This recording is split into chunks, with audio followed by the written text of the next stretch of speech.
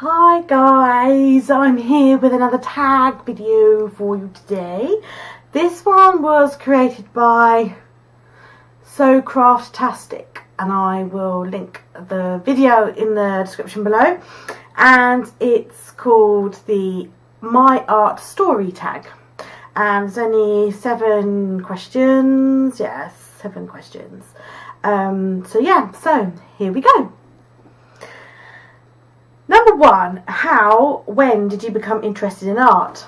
Now, I don't know. I can't remember. It's been a long time since I was a child. And my parents used to buy me paper and chalks. I did a lot of chalk pastel drawings when I was a child. So, always been interested in art, really, as long as I can remember. And I was always really encouraged by my parents. And I never really used to play with dolls or toys much at all, really. I was always much happier with some paints and some glue and the innards of toilet roll, and I used to have a massive cardboard box both at home and at my grandparents', and it was just full of rubbish. I think people call it junk modelling now. And I just used to prefer that basically to toys. So as long as I can remember, I've always been arty. Number 2, what forms of art or types of crafts do you enjoy most? For art, that would be art journaling, or just general drawing and painting. Really, that's my utmost thing. I've tried various other crafts, which I'm not necessarily too good at. So I think art journaling and just painting and drawing is going to be always my all-time favourite, to be honest. Number 3, do you have support from your family and friends or any crafting buddies? Yes, I have support. My husband is just lovely, and you know, he the room that I'm in now, he let me totally design as my own. I mean, he does share this room as an office, so he does sit and use the computer if he ever works from home. But generally speaking, it's kind of like he's allowed me to do what I want to, creative wise, because I'm the person that uses this room the most. And also, I kind of think he wanted me to do that so that I could keep all my stuff in here and out of the way. But to be fair, he has his own room as well. We have 2 small rooms in our house, and at the moment he's got one of them with a settee in it and his guitars and his stereo and stuff, so he can't complain because I'm supportive of that. Yeah, so I don't really have any crafty buddies because none of my friends are art and crafts. So, but that being said, I have met some friends from YouTube. Hello, Snowflake. I've met some really lovely friends via online blogging and stuff. So I mentioned Snowflake. She's become a friend of mine. Please go and check out her YouTube channel because she's got some lovely journal flip throughs, and I'll try and remember to pop a link below. She's Veronica Snowflake Fairy, and she's my online crafting buddy. Number 4, where do you find inspiration and who inspires you? I find inspiration from all around me, really. I mean, as you know, I've got bunnies and guinea pigs, and I tend to draw and paint a lot of bunnies. Bunny in my journals. Let me find bunny. I draw and doodle a lot of bunnies. I'll do a journal flip of this soon, so you know you can see, because it's getting quite chunky. That's not a very good bunny, but it's a bunny. Any more bunnies? I've got quite a few bunnies in here. I'm just flicking. Oh, and there's my bunny picture of one of my bunnies. So they inspire me a lot. My kids, my fur babies, they inspire me a lot because I'm always doodling and drawing bunnies. Oh, the most recent bunny I did. There you go. There's my most recent bunny. So they inspire me a lot. Just around me, like this one I showed in the previous video, is a fox. I saw a fox recently, and it's kind of my autumnal page. So I kind of draw things from around me that I'm really inspired by. Like in the summer, for example, hold on, talk to the empty chair. In the summer, I got really, you know, I love the beach and was really kind of getting inspired by the beach. So I painted this on canvas. You know, this is me, obviously, aren't I gorgeous? Self-modelled, yeah.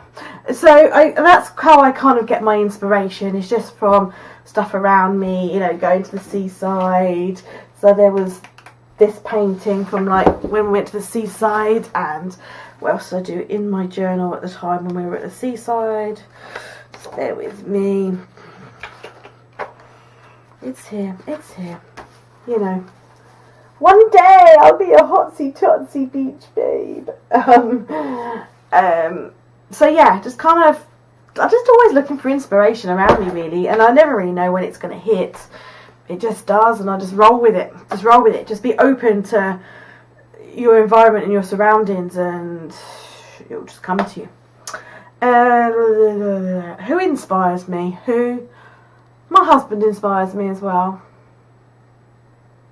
because I love him, and we're very happy, so that I kind of get inspired by that.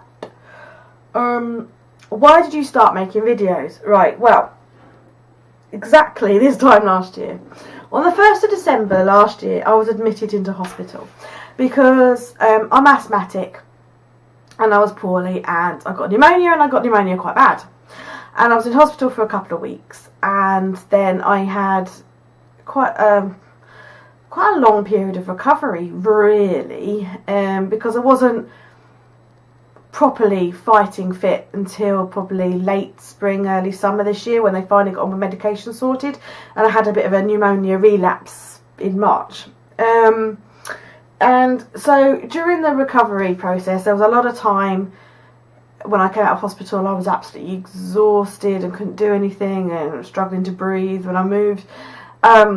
So I spent a long time on the sofa, and there's only so much daytime TV you can watch, and then once you've watched all your DVDs, you know, so I turned to YouTube, because I had YouTube on my telly, and I kind of really watched a lot of videos. I was really inspired by a lot of work, and really got into Romany's realm, and Jenny Belly, Shannon Green. Those are the early channels I watched, and then it kind of, Marianne Kensington, who I think now is a pocket full of vintage.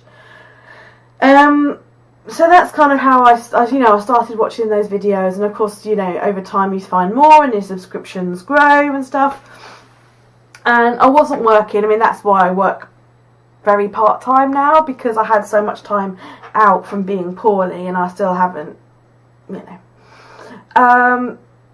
Then I am very, very, very, very lucky that my husband's got a really good job, so, you know, he pays the bills, and I am very lucky and very blessed that he pays all our bills and everything. So, you know, what I earn kind of just is, you know, fun money. And I'm trying to word that because I don't want to come across as being snobby or anything. So yeah, so that's kind of why I don't work full time and just work quite part time. And so I was watching a lot of YouTube videos, and I thought part of my recovery in kind of getting myself well and starting to do stuff again, excuse me, I thought I would start making videos. So I made a couple of videos, and you know, a couple of people watched them, and I got a couple of subscribers, so I made another one, and a couple more people watched them, and it kind of just sort of snowballed from there, really. And then I didn't really anticipate getting as many subscribers as I have done, so thank you so much. That's been lovely. That's been lovely to know that you're not talking to yourself, and that other people share the interest with you, so that's nice, really nice. And I decided to keep this channel basically focused on art journaling and art and filofaxing, but there were some other things I felt like I wanted to share, so that's why I set up my other channel, the Ginger Juice channel, for everything else. Yeah, and I really enjoy it, you know, I do really enjoy it, and I've met some really lovely people, and for the foreseeable future I can't see myself not doing videos. I tend to post more on my other channel now, because the other channel is just anything, like I do book reviews, and I do like health and beauty stuff and vlogs and excuse me, so I tend to post over there more than what I post on this channel, but I don't, as long as I've still got things I can think of to talk about, I don't see myself stopping doing videos anytime soon. Number 6. Do you want to pursue any form of art as a career? Now, if you know from my other videos, and I don't want to talk about this too much because I have spoken about this, I am a photographer. That is what I do as a living, and graphic design, so I would suggest that from that, yes, I already do art as a career and I like it. Number 7. What advice would you give to your fellow artist followers? Don't beat yourself up if you don't like something that you've created. Just don't throw it away, just keep it, and remember it's a learning curve, and it's good to look back on so that you can see how much you've grown and developed, and don't compare yourself to others, because that's a really bad thing to do, because there are always going to be artists out there who are good, who are different, and you're good too. Just, you know, there's art out there for everyone. What someone likes, someone else hates, you know, so just stick with it, work at it.